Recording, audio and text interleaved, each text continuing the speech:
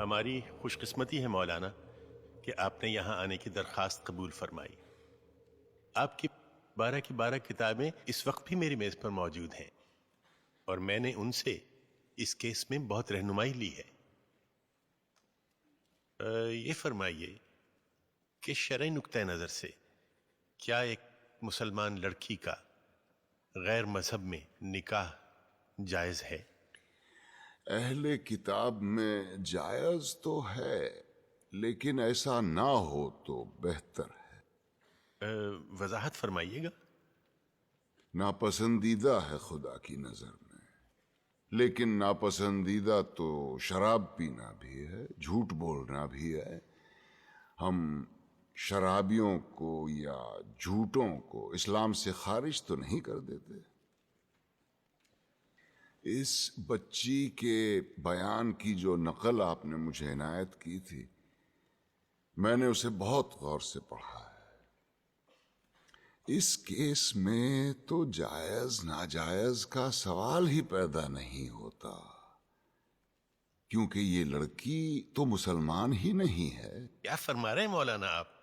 اس کے باپ کا نام حسین شاہ ہے، سید ہیں۔ بس کیا صرف نام مسلمانوں والا ہونا کافی ہے؟ عیسائیوں کے ملک میں پیدا ہوئی، عیسائی عورتوں نے اس کی تربیت کی، نام عیسائیوں والا رکھا گیا، باپ نے بغیر شادی کے اسے مائیں لا کے دی، اور آپ اس پر یہ الزام لگا رہے ہیں کہ یہ غیر اسلامی کام کر رہی ہے۔ سبحان اللہ! یہ تو ویسا ہوا کہ کسی کے ڈاکٹر بننے سے پہلے آپ اس پر اعتراض کریں کہ اسے آپریشن کرنا نہیں آتا۔ تو آپ کے خیال میں قصوروار کون ہے؟ ایک ہیں اس بچی کے والد صاحب، اور دوسرے ہیں ایک محترم مولانا صاحب، جنہوں نے اسلام کی ایک نہایت غلط تصویر دکھا کے اس بچے کو جذباتی کیا اور اسے ثواب کا لالچ دے کے اس سے گناہ کروایا۔ گویا آپ یہ کہہ رہے ہیں کہ ایک باپ اپنی بیٹی کی شادی اپنی مرضی سے نہیں کر سکتا؟ صرف اپنی مرضی سے ہرگز نہیں۔ اور اسلام ایک لڑکی کو اپنی مرضی سے شادی کرنے کی اجازت دیتا ہے؟ اجازت؟ حق ہے اس کا، پیدائشی حق۔ حدیث کی کتاب کھول کے دیکھیے، ناسائی والیوم 2 چیپٹر کتاب النکاح ورق نمبر 403۔ نبی کریم صلی اللہ علیہ وسلم کے پاس ایک عورت آئی، کہنے لگی یا رسول اللہ، میرے والد نے مجھ سے پوچھے بغیر میری شادی کرا دی تھی، مجھے اپنا خاوند پسند نہیں ہے، میں کیا کروں؟ ایک لمحے کا توقف کیے بغیر آپ نے فرمایا میں ابھی تمہارا نکاح ختم کیے دیتا ہوں۔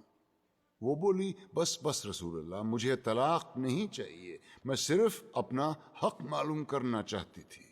حدیث کی دوسری کتاب کھولیے، بخاری شریف والیوم 3 چیپٹر کتاب النکاح ورق نمبر 94۔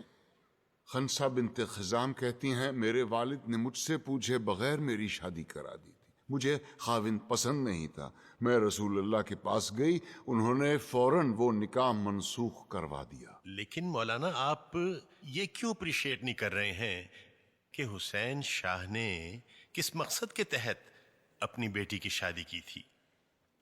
اور مولانا طاہری نے تو سرمد کو، جو کہ ایک ناچنے گانے والا، جینز پہننے والا مغرب زدہ نوجوان تھا، اسے اسلامی حلیے میں ڈھال کر ایک عاشق رسول بنا دیا۔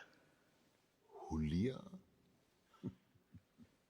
اسلامی حلیہ اور گانا بجانا یعنی موسیقی، دونوں بہت اہم موضوع چھیڑ دیے ہیں آپ نے۔ پہلے آئیے موسیقی کی طرف۔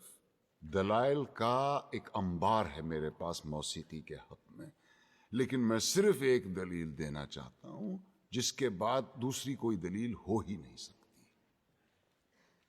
آپ یہ بتائیے کہ آج تک دنیا میں پیغمبر کتنے اتارے گئے؟ جی 1,24,000۔ اور ان 1,24,000 میں سے کتابیں کتنوں پہ نازل ہوئیں؟ جی صرف 4 پر۔ گویا یہ تو طے ہو گیا کہ یہ 4 باقی 1,23,996 پیغمبروں سے زیادہ برگزیدہ ہیں۔ بے شک۔ ان چاروں کو اللہ نے معجزے عطا کیے. حضور کا سب سے بڑا معجزہ قرآن شریف. موسیٰ کو اس قابل بنایا کہ وہ لاٹھی سے دریا کے 2 ٹکڑے کر دے. عیسیٰ کو یہ طاقت دی کہ وہ مردے کو دوبارہ زندہ کر دے. اور داؤد کو کیا دیا؟ موسیقی. ایسی سریلی آواز اور راگوں اور سازوں پر اتنا عبور کہ سر لگائیں تو پہاڑ ساتھ گانے لگے. دنیا جہان کے پرندے مدہوش ہو کے آواز کی جانب کھنچے چلے آئیں.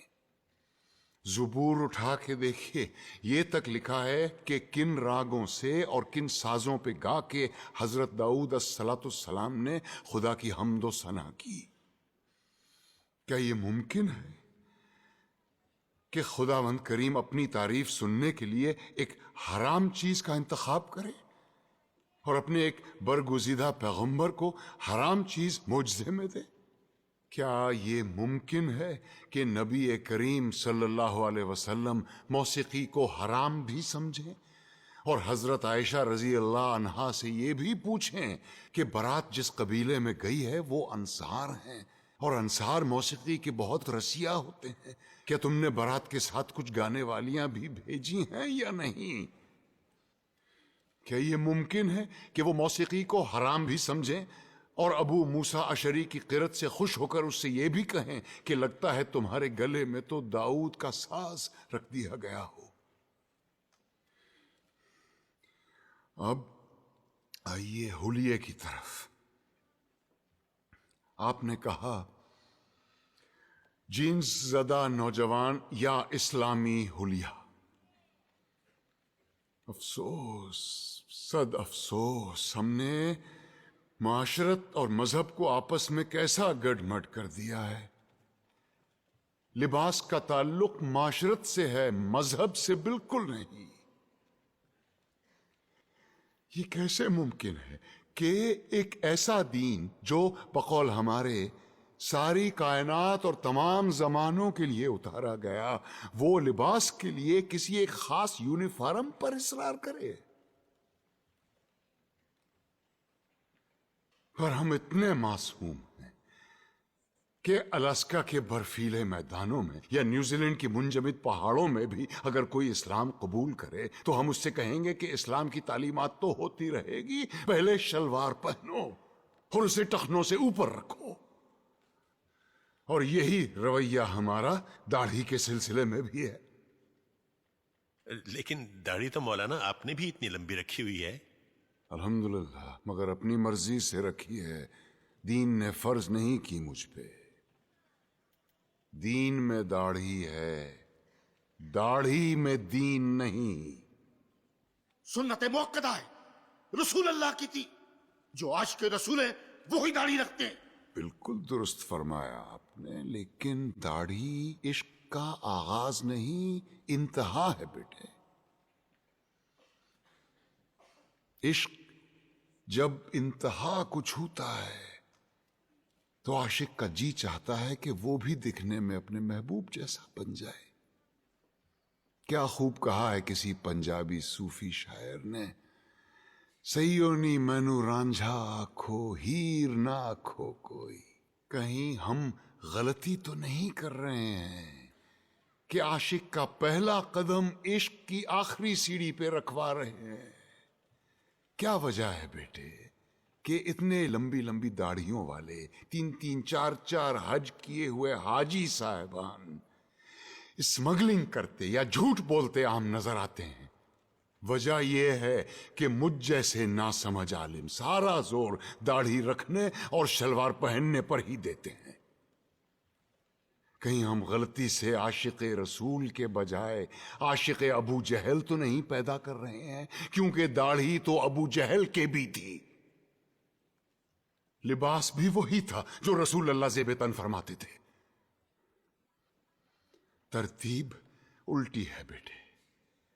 پہلے ظاہر نہیں، پہلے باطن کو ٹھیک کرو.